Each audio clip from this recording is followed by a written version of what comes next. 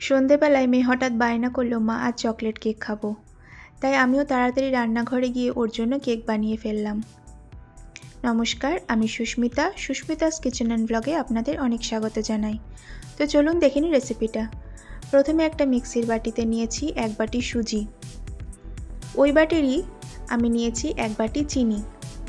Cake তৈরি করতে গেলে মেজারমেন্টটা কিন্তু খুবই ইম্পর্ট্যান্ট। আমি এই বাটির মাপেই আমি পুরো রেসিপিটা আপনাদের দেখাবো। সুজি আর চিনিটাকে আমি গুঁড়ো করে নেব। এবার আমি একটা বাটিতে সুজি আর চিনির গুঁড়োটা ঢেলে নেব।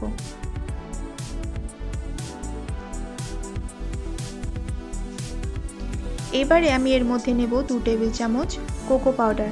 যেহেতু আমি এখানে চকলেট কেক করেছি তাই আমি এখানে কোকো পাউডার ইউজ করেছি। আর নেব 1 টেবিল চামচ বেকিং পাউডার, 1/2 টেবিল চামচ খাবার সোডা, 1/2 টেবিল চামচ কফি। এবার এটা ভালো করে আমি মিক্স করে নেব। আমার মেয়েও এখানে আমার হেল্প করেছে। ও হেল্প করছে না খেলছে ঠিক বুঝলাম না। তারপরে এর মধ্যেই নিয়ে নেব আমি ওই বাটিরই 1 বাটি হালকা গরম দুধ। তারপরে নেব ময়দা, ভালো করে মিক্স করে নেব।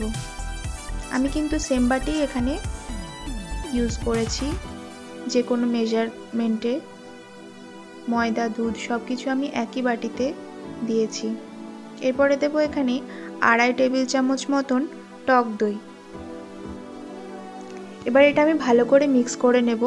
যেহেতু আমি এখানে ডিম ইউজ করিনি তাই এই দইটা কেকটাকে নরম আর স্পঞ্জি করবে।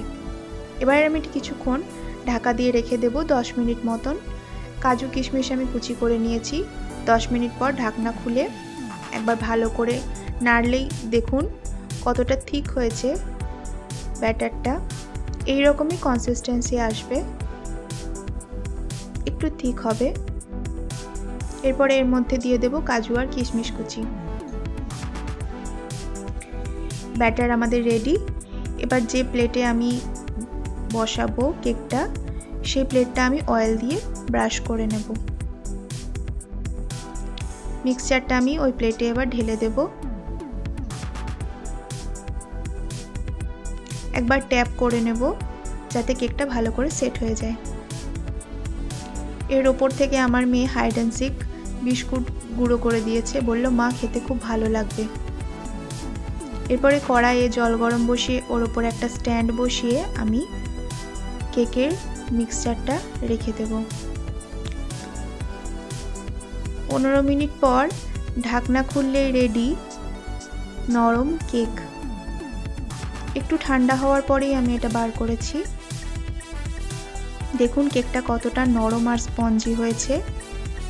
ওভেন ছাড়াই, কোনো বেকিং ছাড়াই আমরা স্টিম করে এত সুন্দর নরম আর স্পঞ্জি কেক তৈরি করতে পারি।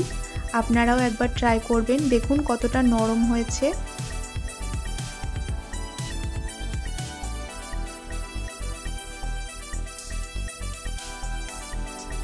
যখন তখন এই কেকটা আপনি বানিয়ে নিতে পারেন। আমার মেয়ে তো খুবই খুশি এই কেক খেয়ে। আপনারাও অবশ্যই ঘরে এই রকমভাবে কেকটা ট্রাই করবেন, আপনাদেরও ভালো লাগবে। ভিডিওটি ভালো লাগলে লাইক আর সাবস্ক্রাইব করবেন। রাধে রাধে।